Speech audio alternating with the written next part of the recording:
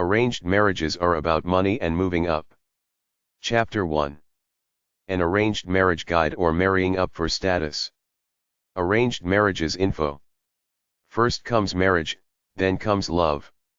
Arranged marriages were somewhat common in the early Christian tradition, but nowadays, it's almost all only Muslim or the country of India. There is a YouTube channel called Real Stories. They had several stories of Muslims, Pakistanis, and East Indians trying arranged marriages. It didn't seem to work. Most people brought up in England say screw you, I'm gonna do my own thing, but if they can't find anyone they go to the family looking for a wife. There was a case where the British East Indian guy had an arranged marriage. He was gay, so he went to South Africa where he arranged to have her killed. I discussed arranged marriages throughout this book, both in the history of love sections and in discussing some cultures, but the truth is that arranged marriages have been the norm throughout virtually all of history in virtually every culture on the planet. We must not lose sight of the fact that up until recently, most marriages in the world were arranged for material, status, and political gain. Love was secondary. The girl was usually a commodity used by the father to barter for the best deal he could. If you include the Muslim and Hindu religions, arranged marriages are still in vogue around the world. The marrying couple aren't automatically both young people. The girl is almost always young. The guy could be an old man, but if he has the connections, status, and the money, fathers want to marry off their daughters to them. I read one argument for arranged marriages saying that love is a fluctuating quality. People who marry for love often lose it at some point in time, but if it's an arranged marriage, it's understood that it's for other reasons, so the loyalty is often more stable. Arranged marriages, in general, are a symbol of a male-dominated world. They are often loveless and have a horrible track record. Girls in arranged marriages worldwide commonly commit suicide because it's the only way out. They are so entrenched in that culture that they don't know they have an option to run away and get political refuge in another country. There are feminist groups springing up in India and the Arab countries to help girls flee from these male-dominated cultures, but many girls don't know about them. They're ignorant and scared and trust their families right up until the bitter end, when they're either killed for disobeying the family law or married off to someone they don't love and forced to live as servants, subservient to their husbands. Arranged marriages are a quick and practical way to bring people together. Nowadays, arranged marriages are still there among Asian people in the West, but it's not like arranged marriages of old, it's more like introductions. Many of the non-Christian religions and cultures like Judaism, Hinduism, and Islam, especially those from the traditional old school, have it such that the parents look around for a suitor for their son or daughter from their pool of acquaintances within their culture and religion. Even if they're currently living in one of the modern, capitalist countries, the two people meet and talk a while, maybe go out on a few dates and marry a short time later, usually within a few months. People from India and a lot of the Muslim culture typically do this, often marrying within the family. Cousins and nieces often intermarry. They often pair up a guy over 35 years old with a girl under 18 years old who could be her uncle or a cousin. Some young people in America who go through this process say they like it and have free will. If they don't like the choice of mate or click with him or her, they say they don't have to go through with it and wait for the next prospective suitor their mother picks. There was a famous case in Western Canada where a Canadian girl of Indian descent went to India, where she met a young Indian guy of lower caste and fell in love with him. Her parents and grandparents had promised her to someone else. She refused their order, so they hired some hitmen in India to kill her, and they did. The cops had cell phone records traced from her family in Canada who talked to the thugs 5 minutes before she was killed, so it was concluded that they gave the order to kill her to save their honor because they didn't want her with this young guy of lower caste and didn't like her disobeying them. So don't listen to everything you hear about how free the players are and how good arranged marriages are. By watching a documentary about Korean people living in Canada, I noticed that the parents were obsessed with their daughters getting married. They sent them to the Christian Korean church because they wanted them to find Korean husbands. They didn't want the daughters marrying white guys, even though each of the 3 daughters had white boyfriends. The daughters resisted, wanting to be free to do what they wanted. We, the people who live in Western, industrialized countries in the 21st century, can't even imagine this concept, but the truth is that even in Britain and America in the 1960s, the societies were still very much stratified along class lines, and at least the upper class were arranging their marriages, trying to keep the lower classes from marrying their sons and daughters. Arranged marriages might be more subtle these days, but it's still practiced in indirect ways. Wealthy people send their kids to private schools and expensive colleges because they want them to meet somebody of their own social class. People of every religion and ethnicity have their own little clubs and churches where they bring their kids in the hopes that they will meet someone there. It's generally acceptable to marry up but not down. Everybody keeps score, at least in the back of their minds. Young people from so-called upper class or ambitious families have two strikes against them coming out of the blocks. The children must choose a profession that matches or betters their parents. They must marry someone from an equal or better class.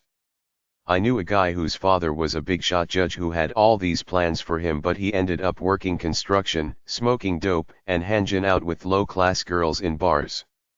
This is a good thing because he freed himself from the yoke of his social class to be who he really was inside.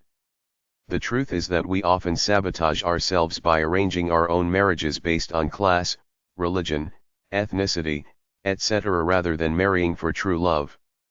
I saw a British movie from 1959, Room at the Top. It was about this working class guy who tries to work his way up, so he goes to college and gets a middle class management level job somewhere in this new town away from his hometown. His goal is to marry a wealthy girl, so he sets his sights on the town tycoon's daughter, who he romances with the express intent on marrying her for status and money. Meanwhile, he meets an older, European woman who had been through the war and somehow escaped to England, unhappy in her marriage, and has a torrid love affair with her. She brings him out of his narrow-minded shell somewhat with her bohemian, Marlene Dietrich-type ways. The bottom line is that he can only be himself without pretense with her. This is what true love is. He truly loves her and not this other one who he really has nothing in common with except for the status she represents to him.